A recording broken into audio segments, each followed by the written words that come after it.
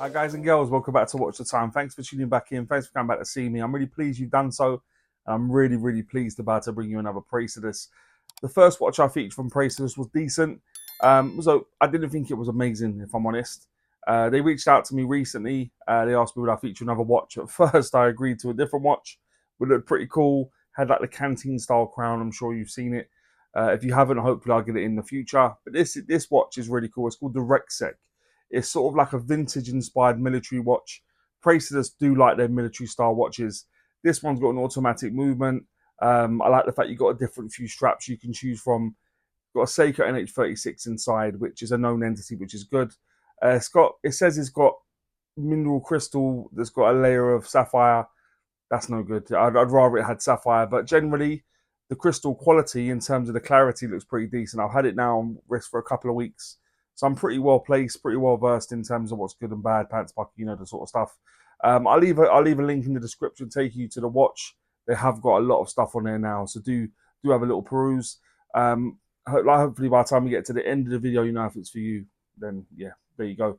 But yeah, thanks for tuning back in. Get yourself a nice beverage, nice brew, because it's about that time to get the camera turned around and get on with it. Hi guys, so this is the watch. Very similar packaging to what I received my last Praesidus watch in. Outer sleeve, you'll notice the elephant in the room. It doesn't have an NH35 in it. It's got an NH36. So yeah, bit of a shame seeing that on there if I'm honest. But this is the packaging. What do you get inside? So you open it up. Comes with a couple of boxes. You have no warranty card from what I can see. I haven't seen one before. It does come with a hang tag, sort of what you get in the army. I'll show you. This is a nod to this is your warranty card. It says, but yeah, I'll put that all to the side. But yeah, nothing too elaborate about the packaging. All cardboard. Got the hang tag there. Yeah, nothing too great. But let me just put that to the side. So this is the watch. Few technical issues there, guys. I do apologize. For some reason, it just wasn't focusing, but we got it in shot now. So this is the Praesidus Rexec. This is the khaki brown. There's a few other color variations to choose from, which I'll bring up now. So yeah, I'm sure there'll be something in keeping with your taste. I didn't ask for any specific color, but yeah, Rexec khaki brown. I will make a confession, guys. So what I do like to do, you'll see it's quite nicely finished in terms of the finishing, but there is a couple of love marks there. I couldn't work out whether this was a press case back or a screw down case back. In the process, I've left a few love marks on it. You'll see there, which is unfortunate. I still haven't been able to open the case back, but I've sourced another movement. So I'll bring that up now. It's a Seiko NH36 movement. This is the day date variant of the NH series of movements.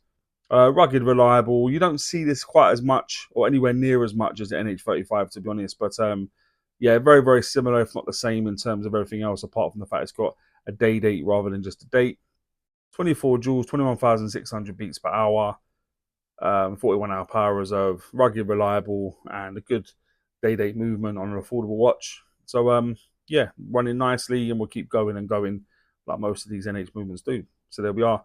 The construction of the watch, aside from the crystal and the tropical style strap, is all 316L stainless steel. So that's the bezel, hidden crown, case back, and a pin buckle clasp, all 316L stainless steel.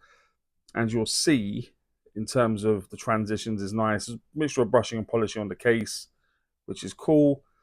On the bezel as well, polished at the sides, brushed on the top. Sort of like it's not even like a brush at the back. It's more like a bee blast finish on the case back. And yeah, brush finish on the case, the pin buckle clasp. But there we are. The case thickness of the watch is 12 millimeters. The case diameter, I measure from 9 to the 3 on this one, or anywhere really, because the crown is hidden. It was coming at 38 millimeters. That continues to be the case given the crown is hidden. The lug width on this is 20, and the lug to lug tip, the tip of the watch, was coming in at 45.2 millimeters. So nice proportions. You wouldn't want it to be too big, given it's a vintage sort of aesthetic. They're going with sort of like a re-release of another watch. So yeah, they wouldn't have been that big back then. So it's good that they've done that. The bezel is fixed, brushed, polished. You got the crown down at the sort of forest position. push pull. The case back, I'm going to say it's a press case back. I'm not 100% sure, I'll be honest, but that's what I would, if I had to guess, that's what I would say. Nice strap. The strap on it is really comfortable. Quick release, tropical style, which is nice. The hardware is a bit may in it. It's like, yeah, I like it to have been a little bit better, but it is what it is.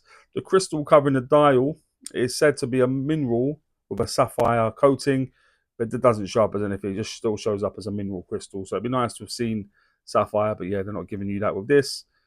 The water resistance is cited as being 50 meters, so that'll give you 5 atmospheres of water resistance, and the weight will appear in the top right. So all in on the rubber strap, it's coming in at just above 70 grams. So not too much heft, but yeah, not too bad either.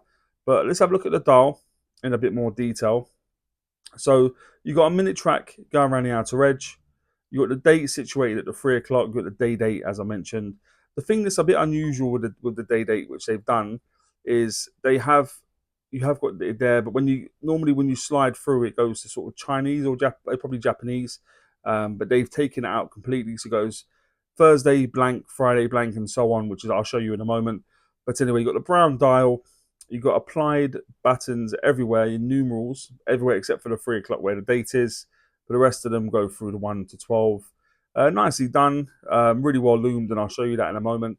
You got Praesidus printed onto the dial, as is Rec Spec 24 joules, just highlighting the fact it's got 24 joules. You got United States assembly either side of the 6, just highlighting the fact that this watch is an American watch and they assemble it in America. You got polished hands. The proportions on the hands are pretty good. Yeah, can't complain. Nice facet going through the middle of the minute and hour. Second hand, good proportions as well in terms of the counterbalance not being too pronounced.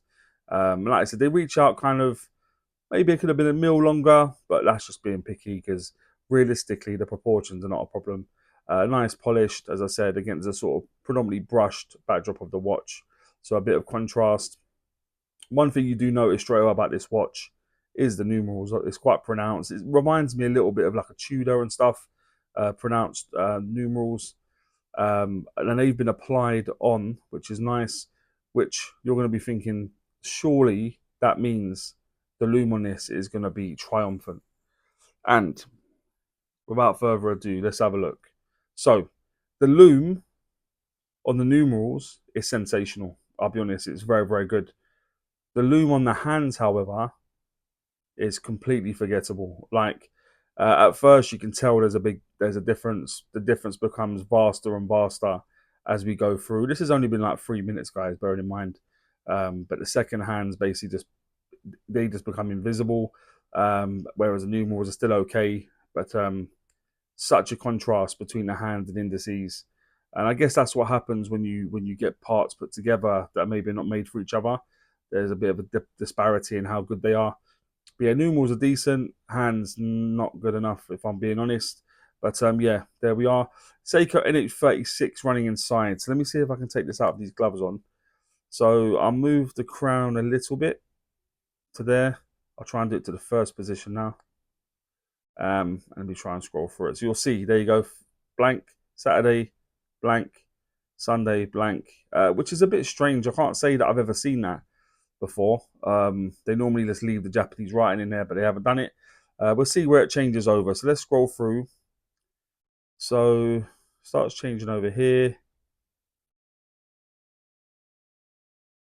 It's probably about where, because obviously they blanked it. So normally you see the Japanese write. It's probably about where it needs to be. It normally is a bit of window because obviously it's changing the day and date. But you're not too bad. But that's everything going on. That's the hands, indices. Has got hand winding as well. So when it's in that position, you turn it sort of this way towards you and it will charge it up. But let me just pop it on the wrist quickly. Give you an idea of what looks on my wrist. One moment, guys. Okay, so guys and girls, this is what it looks like on me. Nice clarity. Looks cool, doesn't it? I much prefer this to the last Praesidus I had in. Would like to have seen the hardware done a little bit different. But there we are. Brown dial. Day dates. Nice proportions on the hands. Lightly finished. But yeah, what do you all think? Okay, so guys and girls, that would now take me swiftly on to what I think is pants and pucker about the watch. If you've ever watched before, you know we start with pants. I like to go on a high with Pukkas. What I think is pants about the watch, it's not perfect. So there's a few things I want to mention. First off, being the clasp, it just looks like a bit of an afterthought. I'd like to have seen something signed, something a little bit more purpose built for the watch. Just looks a bit sorry for itself, really. The loom on the hands, hardly surprising. You saw the loom on those hands. Really wasn't very good, especially in comparison to the numerals. The packaging, like I showed you before, I'll show you one more time. Seiko NH35. You don't need to pay much, you just need to pay attention, and I wouldn't be putting it on when it's not the right movement. So there we are. And the price. So I'll bring the price up in front of me. I'm not so sure this represents outstanding value for money. The equivalent of sort of thing you could buy online, you could probably pick up for sort of half the price. So yeah, maybe the price needs to be looked at. But they're the things I'm going to say for pants. I'll go with the clasp, loom on hands, packaging, and the price. What I think is Pukka. Still a few things because I don't think it's a write-off. It's not a bad watch at all. I go with a dial. I do like the brown sort of dial they've used. The hands and indices. So the hands are nice. The indices are done really well. When you exclude the loom on the hands, that is, I think they've done them nicely. The loom on the indices is very good. Really, really nice. It gives them the option to have it like that when you can see that it's been applied. Yeah, quite a bit of it there. The case, in terms of the finishing, so I haven't mentioned finishing generally because it is just extended to the case. The case is done nicely in terms of the transitions from the brush to polished surfaces. The strap, this strap is super comfortable. I would definitely buy this strap by itself, to be honest. I think the strap is really nice. I can imagine wearing it on a multitude of watches.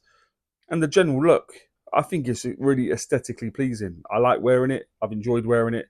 It's one that, again, it looks really, really nice. So they're the things I'm going to say for Pukka as I go with a dial, hands and indices, loom on the indices, case, strap, and the general look of the watch. And that'll take me on to, would I recommend this watch? And I mean, it's not perfect. And I'm not saying it is perfect because it isn't. The pricing might be done a little bit wrong. Yeah, the loom isn't great. The clasp bit sorry for itself. But I think all in all, with what you're getting, I think it's a really cool watch.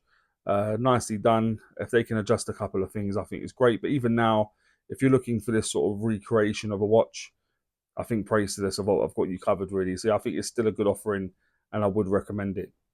But guys and girls, please let me know what you think about this watch. More importantly, and maybe any other watches you may want to see on the channel. And as always say, don't forget to like, comment, subscribe, and always watch your time. Take care, guys. All the very best.